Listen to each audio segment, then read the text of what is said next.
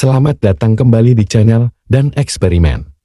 Jika di video sebelumnya, saya telah merekomendasikan website yang dapat digunakan untuk belajar Arduino, maka kali ini, saya akan mengajarkan sedikit mengenai cara menggunakannya. Namun seperti yang sudah saya sampaikan di video sebelumnya, kita perlu terlebih dahulu mendaftarkan akun Google yang kita miliki untuk bisa mengakses website ini. Jika sudah mendaftar, barulah kita bisa masuk ke tahapan selanjutnya. Karena di sini kita akan mempelajari mengenai rangkaian Arduino dan simulasinya, maka kita bisa memilih sirkuit atau create circuit untuk mulai merancang rangkaian yang akan kita simulasikan. Ini adalah tampilan utama dari simulasi Tinkercad bagian sirkuit. Jika kita lihat, di sini terdapat banyak komponen-komponen elektronika dan robotika yang dapat digunakan untuk simulasi. Tidak hanya komponen dasar, namun di website ini juga menyediakan Arduino Uno sebagai papan kontroler. Walaupun ini sebenarnya hanyalah opsi tambahan, namun kita bisa memberikan nama pada setiap komponen yang kita gunakan di dalam simulasi. Karena di dalam Arduino ini terdapat mikrokontroler, maka saya akan mengisi kolom nama ini dengan mikrokontroler. Kalian juga bisa memberikan nama yang sesuai dengan keinginan masing-masing.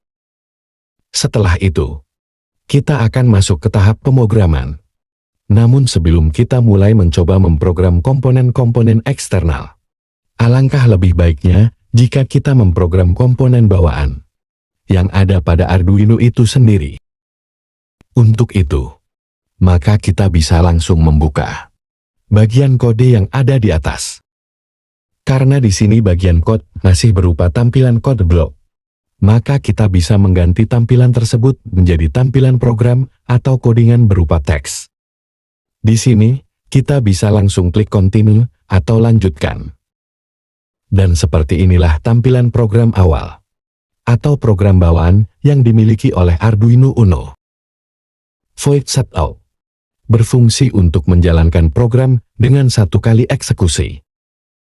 Contohnya pada pin mode LED built-in ini, yang digunakan untuk mengontrol lampu bawaan pada Arduino Uno, yang akan dikontrol untuk hidup selama 1 detik, dan mati selama 1 detik. Program ini dijalankan pada void loop, atau void pengulangan, yang akan mengulang program ini secara terus-menerus. Setelah memastikan program bawaan sudah sesuai, maka kita bisa langsung mengeklik Start Simulation untuk memulai simulasi. Bisa kita lihat, setelah simulasi diaktifkan, lampu bawaan pada Arduino akan hidup dan mati secara bergantian, tepatnya selama 1 detik, sesuai dengan program tadi. Jika kita menghentikan simulasi, kita juga bisa menambahkan 1 lampu lagi untuk hidup dan mati secara bersamaan dengan lampu bawaan tanpa mengganggu program yang telah ada. Karena lampu ini berwarna merah, maka kita akan menamai lampu ini sebagai lampu merah.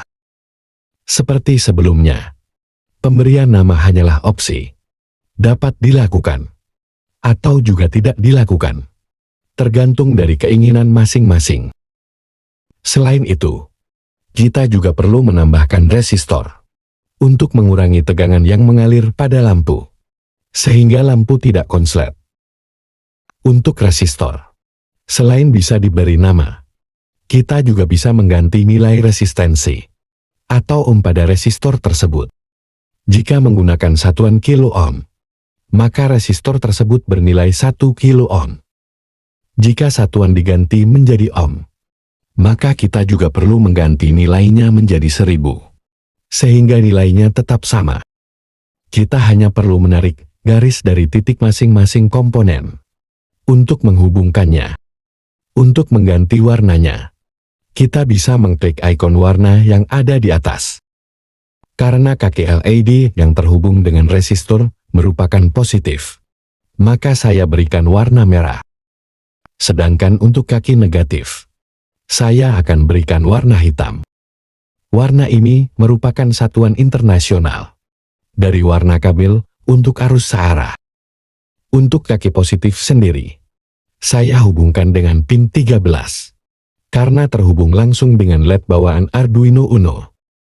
Dari sini, kita bisa buka kode dan jalankan simulasi. Bisa kita lihat bahwa lampu tambahan yang telah kita rangkai juga ikut hidup serta mati secara bergantian, mengikuti lampu bawaan Arduino Uno. Sebenarnya untuk warna lampu LED sendiri, bisa kita ganti sesuai dengan keinginan kita masing-masing. Kita hanya perlu memilihnya dari bagian color. Ada lampu berwarna hijau. Kemudian juga ada warna kuning.